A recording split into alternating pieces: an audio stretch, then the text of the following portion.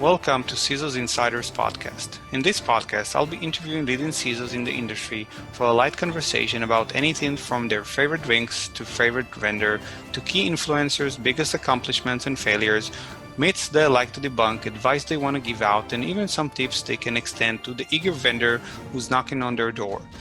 Join us for a light talk. I encourage you to walk away with at least one insight that will help you better yourself or your business. Dear listeners, today we'll be talking with Moni Givol. Moni is a cybersecurity veteran. He has spent the last 20-odd years in various cybersecurity positions in various industries. He spent some time at a large manufacturing company in the mobile industry, then moved on to banking, homeland security, travel. He held the position of head of global cybersecurity, excellence over at Cisco and more. He currently holds the position of CISO at IronSource, a giant in the mobile ad space for game companies. Welcome, Moni. Hi, how are you? I'm good. Glad to have you here. If you want to, give a quick background introduction about yourself, that would be awesome. Sure. So I've been in security for around 21 years now.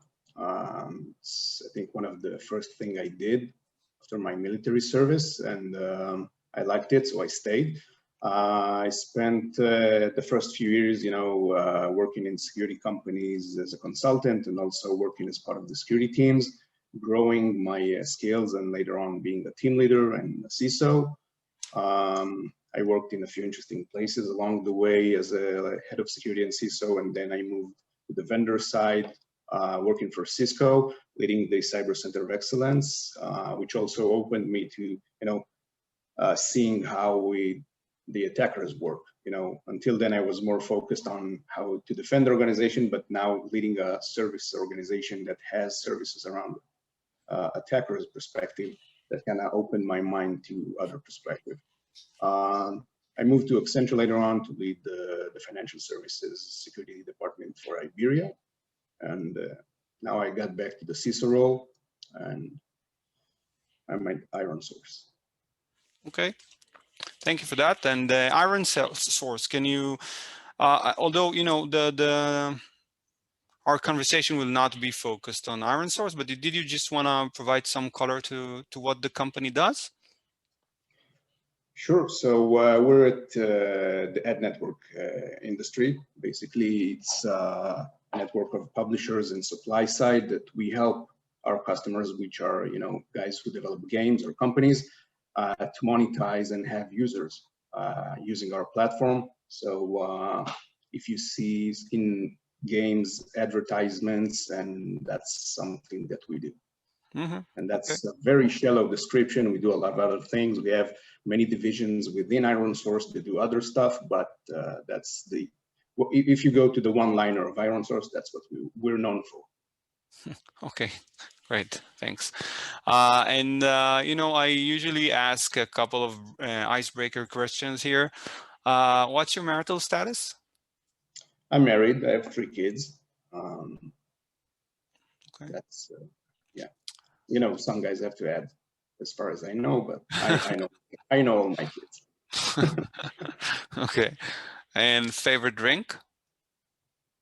I don't think I have. Well, I don't know, beer, whiskey, but it depends who I'm drinking with. So I'm not against any drink. I think it depends on the company. The company and the mood maybe as well, right? Yeah. Exactly. Yeah. Exactly. You have it's a different state of mind to be drinking beer as opposed to single malt, as opposed to arak, right? I'm not sure everybody will know arak, but yeah. We have similar the anise-based drinks. Yeah. Tea and ouzo and this kind of drink. Exactly. Okay. So let's dive right in. So I'm gonna ask you, I'm gonna ask you a couple of questions. We're gonna have like a very high-level conversation here. Some of those questions, I repeat them, and I've been asking a lot of other CISOs as well the same questions. My goal here is, mostly to collect data, to provide some value to our listeners, and to basically provide an insight to the way CISO thinks. And this is my goal right now. So I'm gonna dive right in, and we can go off script if you like, or and you can expand as much as you want. But let's get started. What's the one thing you wish you'd known when you began your career? That's interesting. I think maybe, and I see, because someone reminded me that recently, it didn't kind of occur to me, but you don't have to be right all the time, or, fight for your goals and convince other people that how, you have this notion of how aren't they seeing what I'm seeing. It would save me a lot of effort and unnecessary effort. Trying to convince anyone, that you have to do it in a secure way, etc. So when you're young in this field, you kind of, you have a lot of motivation to try and conquer the world or boil the ocean or, some other notion. But at the end of the day, I think it brings a lot of unnecessary effort. So go back and tell myself, be more patient, understand the entire picture.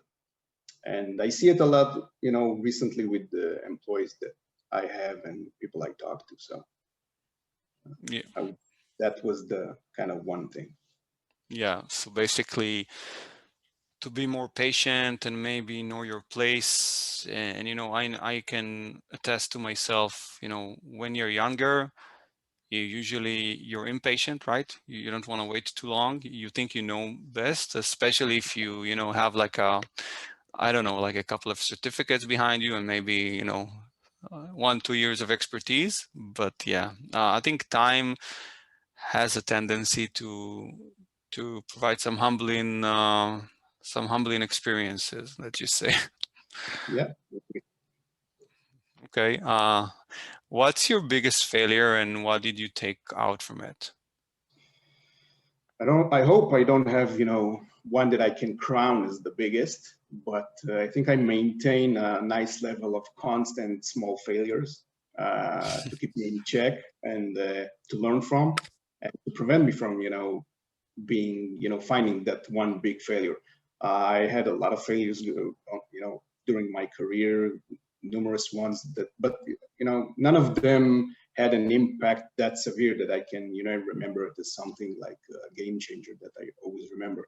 So if you take it, the right way and you learn from it, I think that's the right place. One of the things I learned, I served in the Israeli Air Force, is that the Israeli Air Force is known to be, good at analyzing things, not trying to hide from it.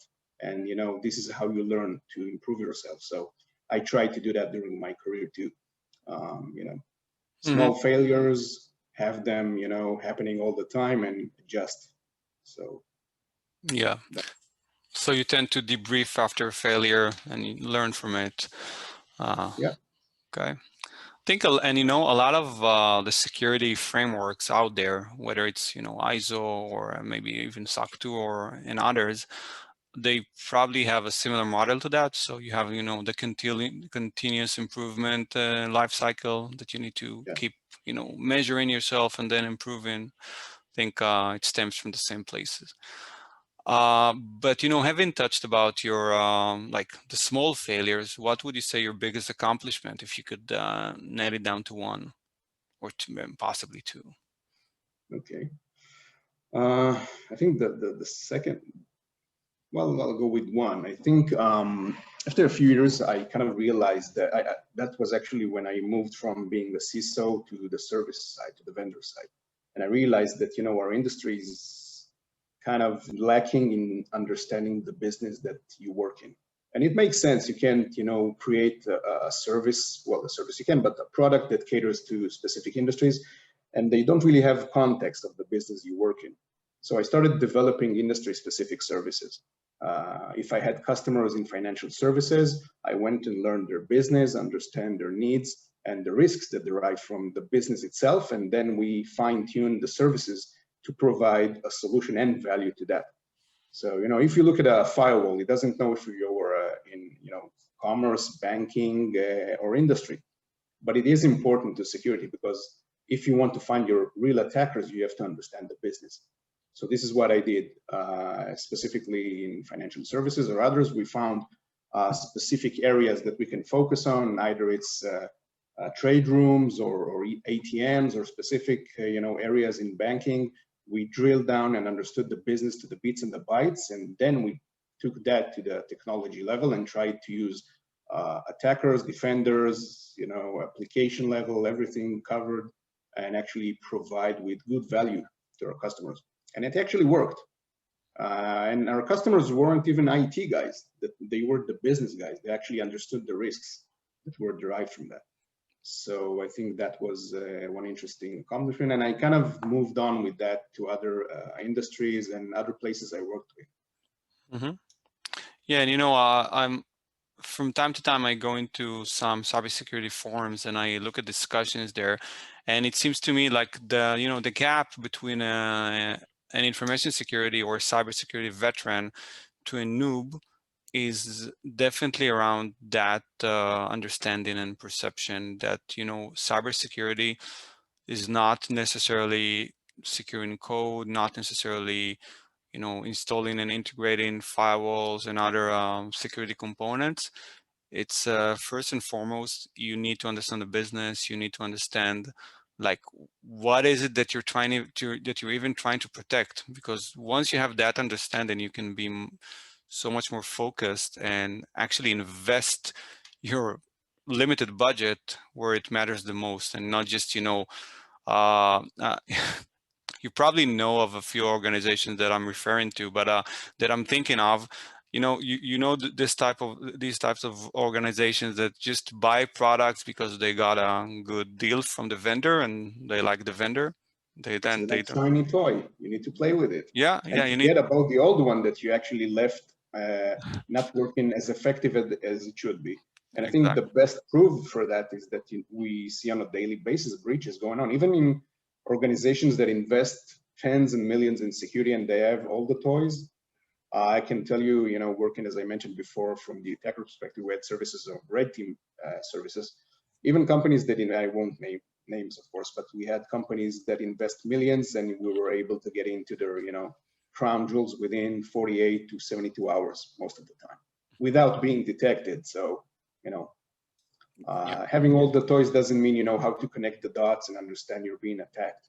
So that's yeah. also something you need to keep in mind. Exactly. And I think the industry as an industry has been transitioning for the past 10 years, maybe even more, from an IT-based industry to more a business perspective industry. So CISOs nowadays are not the same types of individuals that you were meeting with like 10 years ago, maybe even less than that. You see that development in Europe too. Now you have the BISO, the Business Information Security Officer, which is Mhm. actually a title which is very common in Europe. So you need to Exactly. be part of the business and provide the solutions to the business itself. And it makes sense. I totally agree with that. Mm-hmm. Okay. So moving on, what advice would you give to someone wanting to pursue a career similar to yours? Um, I don't know. I took maybe a different path because I spent a lot of the time within companies and being a CISO, but then I left for 7, 8 years to the vendor side and services side, and then I got back. So I think the pro with that is that it gave me other perspectives. So first of all, as I mentioned before, not just doing the defender side of work, but also the attacker side, but also looking at things from the vendor's perspective, not from the customer perspective. So it kind of gives you a holistic approach to security. But I think at the end of the day, you need to learn to look at the big picture, understand that there are many, forces within that game. Security is not just one of them. You need to learn, as I mentioned before, the business. It's a bit of a cliche these days, but still be an enabler. Security is still perceived in a lot of organizations as a showstopper. You see you as the cop, as the one that enforces things, but you need to understand and make sure the business is moving fast. As I mentioned, also understand the attacker mindset. It's one thing to build defenses based on best practices and things you read, but if you don't understand what attackers want from you, you won't be able to defend it. And learn all the time. We live in an industry, it's moving like a bullet. I don't know, someone said a bullet with grease on it. So it's not just a fast. So you need to learn and keep, being updated all the time. Okay. And what do you feel about the role of a CISO that's actually part of the IT organizations? As you know, and this goes back to a couple of questions back, I think, to the traditional role of a CISO. But you still see companies out there that, with CISOs that are actually a part of the IT organizations. And, you have obviously pros and cons about that. What are your thoughts about that? Sure.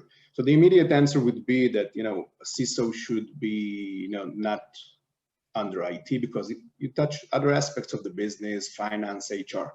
But I think it's a matter of, what works. I've seen many organizations, and I worked with many, organization structures when I was under the CEO or under the president, but other organization where you're under the CFO or COO or CIO. I think from my experience also working as a consultant in many organizations globally, it depends on the organization's culture and on the people. If it works for you being with people that actually help you achieve your goals, that's the what you want to achieve. Currently, I'm working with under the CIO, and it works perfectly, and they understand that I have other touch points with other people in the organization, so it kind of works. I think the bigger, I would say, problem, and I know a lot of CISOs don't agree with me, is that we rushed into, we wanted to be part of the big boys table. So we invented the role of the CISO.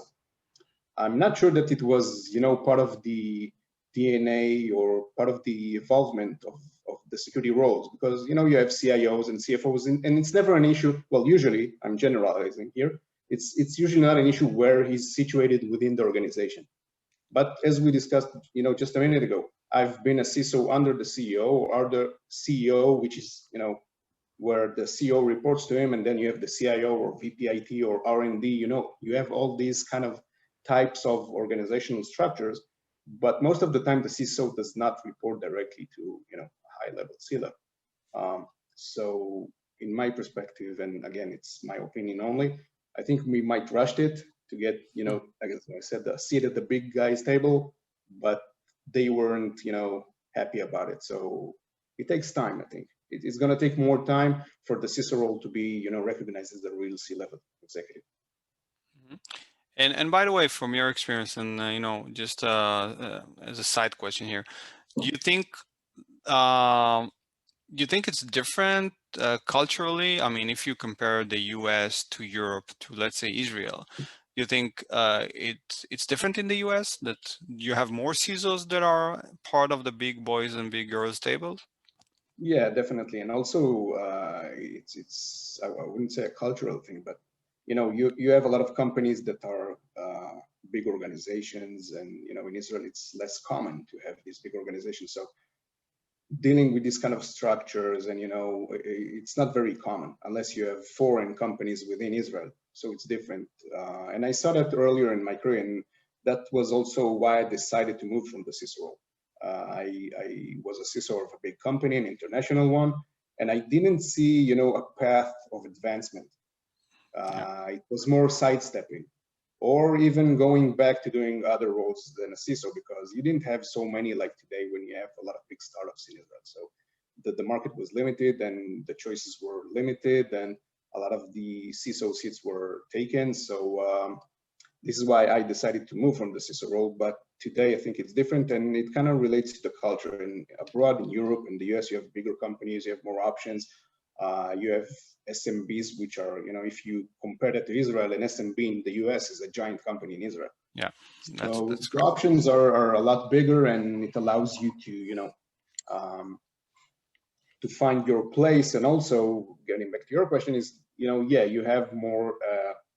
It's more common to have real C-level CISOs, and especially in financial institutions and more traditional companies. Mm-hmm. Okay. Thinking back, what would you say were the best resources that have helped you along the way in your career? Okay, so I kind of started before the era of Google. So we actually, yeah, now everything is so available. You had to rely on friends, colleagues, a lot of shadowing, a lot of on-the-job training. You had to, at least I had the opportunity to work with amazing people when I started, so they give me the right tools, to be able to, advance myself. So yeah, and of course, later on in my career, of course, the internet came in. Well, it's not that the internet wasn't there, but it wasn't that available. Information about security wasn't that available. when I wanted to learn, I had a project to do database security for a big bank in Europe. There weren't any books or information on the internet. So you read about databases on a thick book, and then you try to understand, okay, what can I do with security with that, or consult someone that already did. So, and I think it's a broader way of learning things, because then you're being exposed to things that you might not necessarily need, but again, you learn from that. So you have a broader perspective again on things. So learning from people, colleagues, having a network of trusted people that you can consult with, that always helps. Yeah, and I think that was the time where everybody were buying those books, the black and yellow books, XXX for Dummies, something for Dummies, Yeah. TCP/IP for Dummies, network security for Dummies, all those books. So Riley books with the nice animals on them. Yeah. Okay. Can you name 3 individuals that have been most influential to you? Well, career-wise, yeah, I'll go back to what I already mentioned. I think when I started, my first colleagues, they were more of my mentors. One of them is Ophir Alkin, which is an amazing security guy. Still to this day, I look up to him, and he taught me most of the things that I know, and gave me the basics. Also, Ellis Schwartz, who is another one that I worked with a lot. Both of them I met at ITCon, which was the first company I worked as a consultant. And these guys were amazing. They taught me most of the things I know, and I had, real good people to learn from. I was very lucky at that, So I'm gonna tag Ellis Schwartz on this podcast as well. He's actually a dear friend. He lives 10 minutes from my place.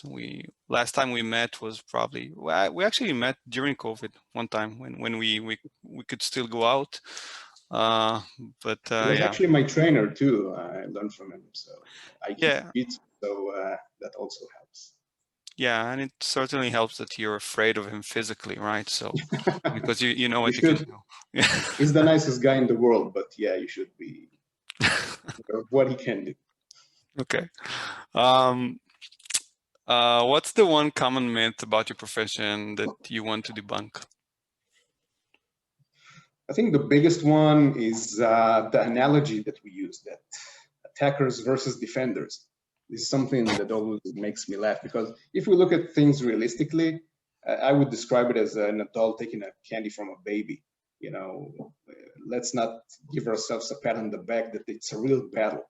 At the end of the day, we're mostly losing to the attackers, if we still go back to that analogy. So I think that's one myth that we need to take out the equation. And I think, another myth is that vendors try to solve your problems. They're trying to sell. So, don't keep hoping that they will be the ones that will save.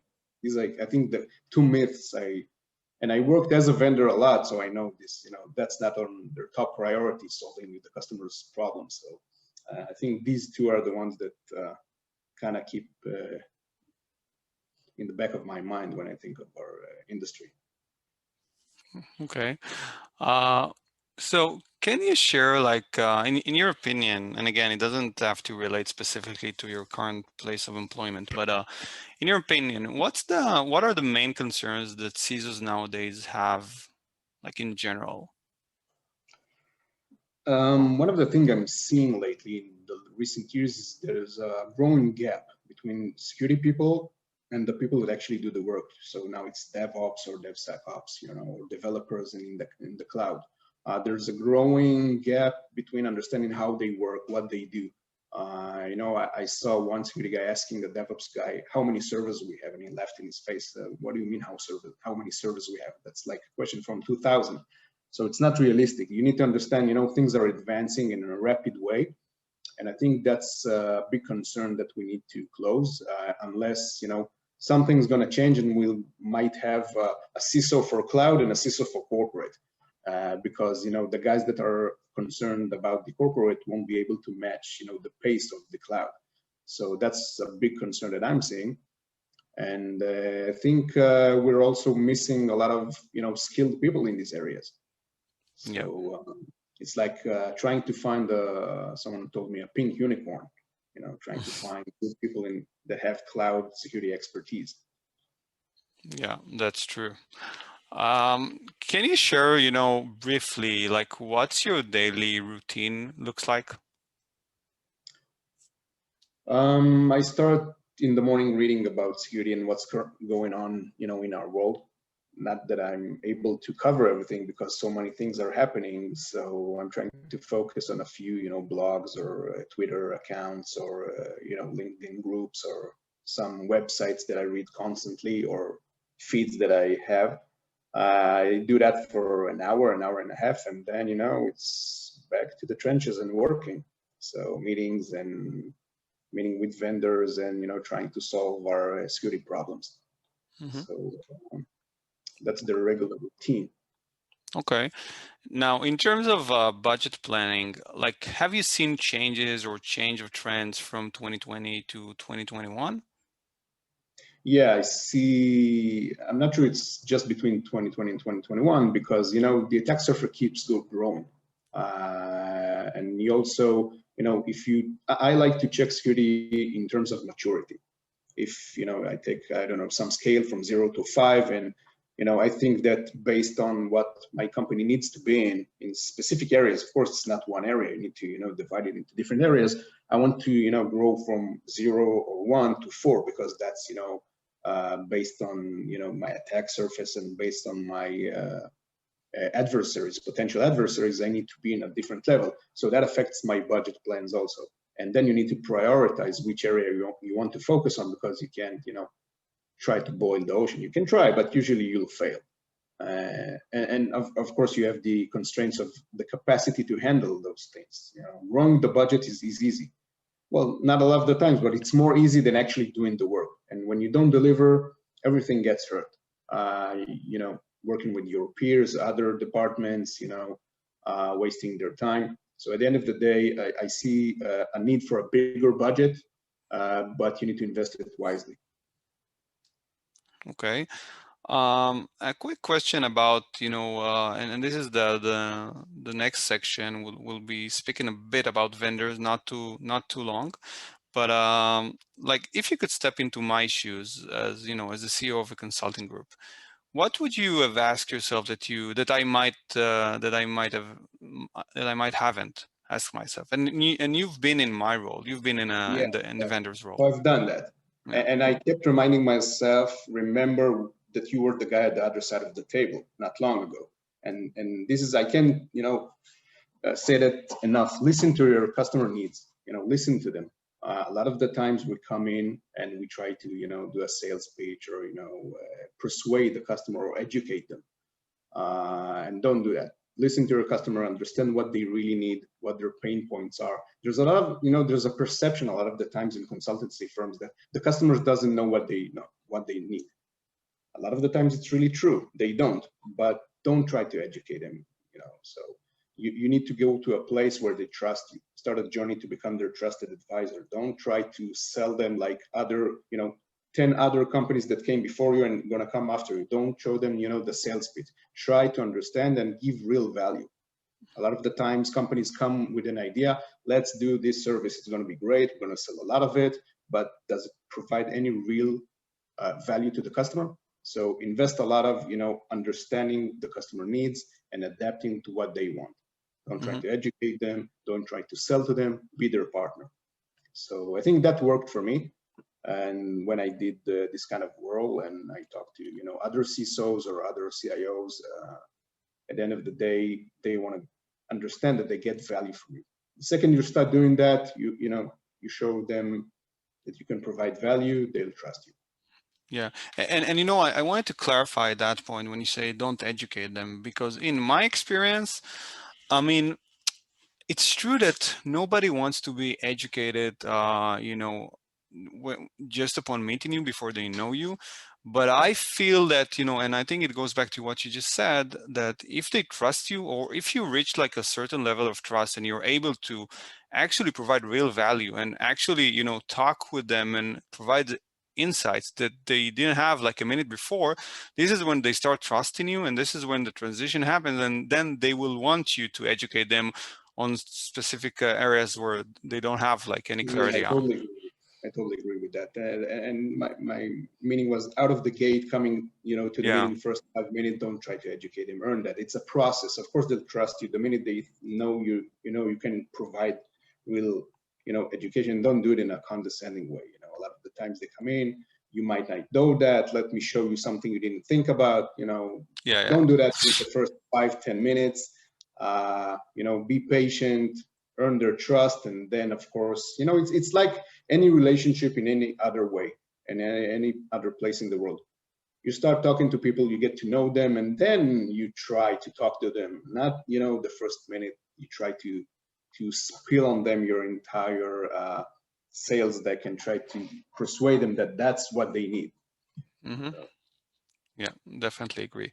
And touching on sales pitches and vendor management, what's the most annoying sales pitch that you've encountered? I have to pick one. I don't think there is one, but I actually I know this is something that a lot of CISOs say, that they don't like the vendor relationships because they cross the line most of the time. I try to be as patient as I can with most vendors. So, I can't say I have a lot of people that cross the line, because I'm trying to build a relationship. I listen to everyone that approaches me. That doesn't mean that everyone should approach me now, but I try to give them the time and try to sell me something, but not right away. Don't send me your entire pitch sale within the LinkedIn message, or call me, or do that. Don't cross the line. Do it in a nice way, and then the pitch is more relatable. I can't say that I suffered a lot of them. I met many vendors, but I don't know, somehow I'm able to kind of prevent getting these annoying sales pitches. Okay. Maybe I'm just so what is, and you might have answered this during the previous question, but what it is that you are looking for in a vendor? For me, it's very simple. Value, real value. You need to provide real value. A lot of the times, again, as I mentioned before, I've been in the vendor side.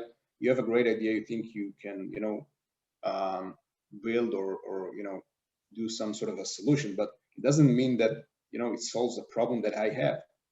At the end of the day, I have real issues that I need addressed. If you plan your roadmap or your product roadmap based on what you see as the best option for you, it doesn't mean that it correlates with my needs. Of course you do, you have product people that handle the requests and stuff like that, but at the end of the day, I need something to provide real value. I won't buy something that kind of solves my problem, and the other side of it is I bought a huge product that provides other things, but I don't necessarily need them.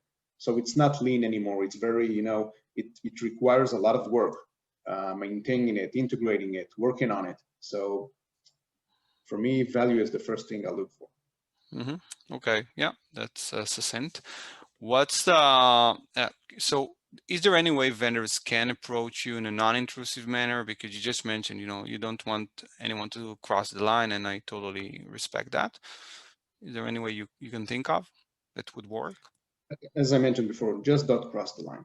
Be nice, I'll be nice back to you. I promise I'll get back to you. It might make me a day or two, but at the end of the day, I try to get back to everyone, give them a chance, to talk to me and show me what they have.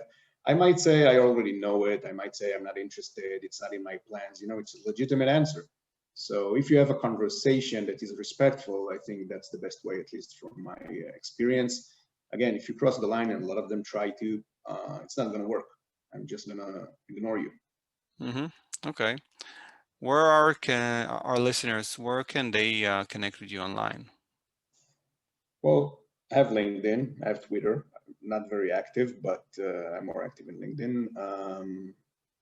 That's basically it. I'm not a big advertiser of, I don't know, I don't have Facebook or Instagram. So basically LinkedIn, Twitter. Okay. Is there one thing you can pinpoint in being the single most important thing to you in your career?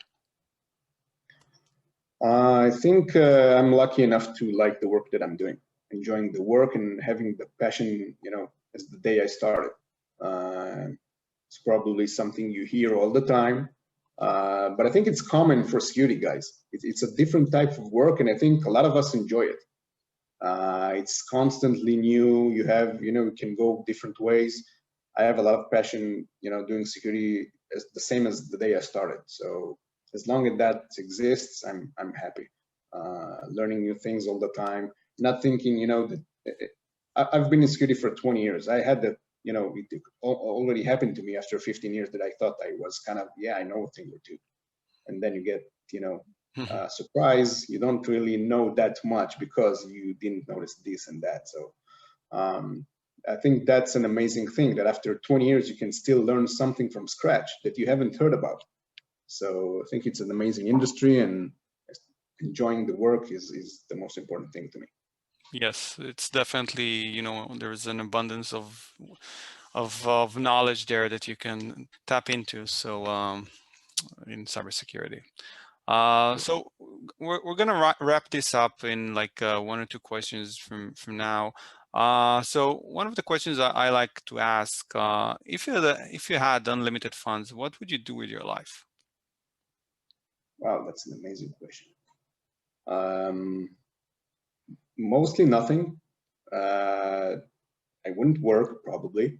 I would try to find things I like, maybe hobbies, stuff like that. But other than that, enjoy life, enjoy my kids, try to find, things to do with them. I don't know, maybe it's not a thing right now, but travel, get the family and travel around the world.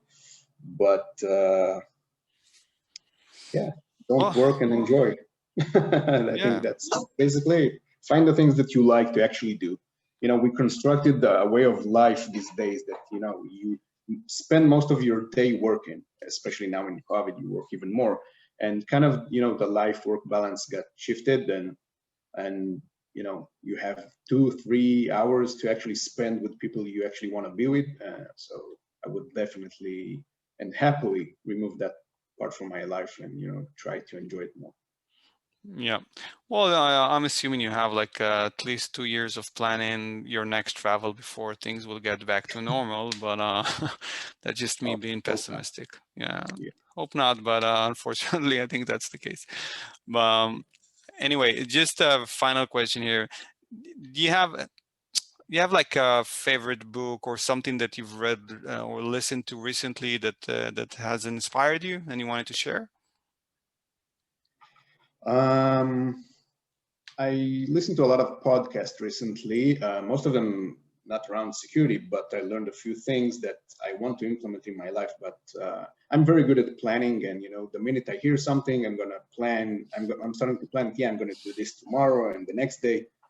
But unfortunately, in the last few years, I haven't been able to do it. But things about, there's a guy called Wim Hof. I'm not sure if you heard of him. It's called, I think he runs naked in the snow, and he kind of, yeah, he does a lot of things that are in, around breathing right, and, actually learning how to control your body in a better way. So that's very interesting to me because I'm most of the time I'm not cold too. So it's interesting to me to understand if it's something physical or something you can control with. And when I saw him and how he kind of, defines the rules of, I don't know, biology and physics, and he's being tested in labs, and he basically says, I learned the breathing technique and I'm just using it, not nothing else.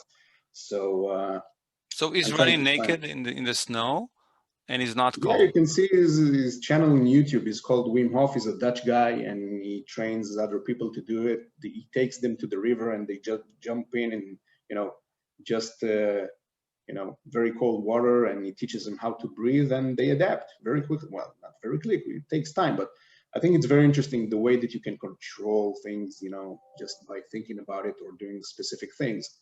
So that kind of I liked it, and I would like to, I don't know, try it, maybe do some training around it. So I guess your neighbors should be thankful that you don't get too much snow in Israel, right?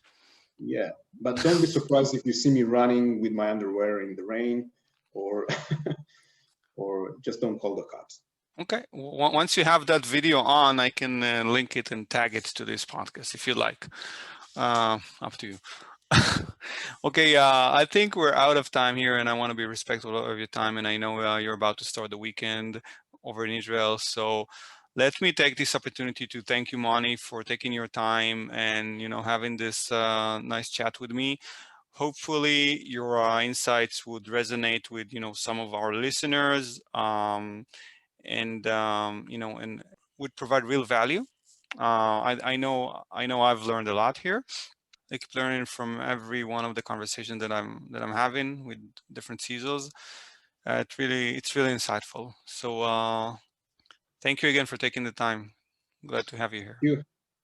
Thank you for joining us for another episode of CISOs Insiders. Hope you enjoyed today's episode. For more professional content, please check us out on social media.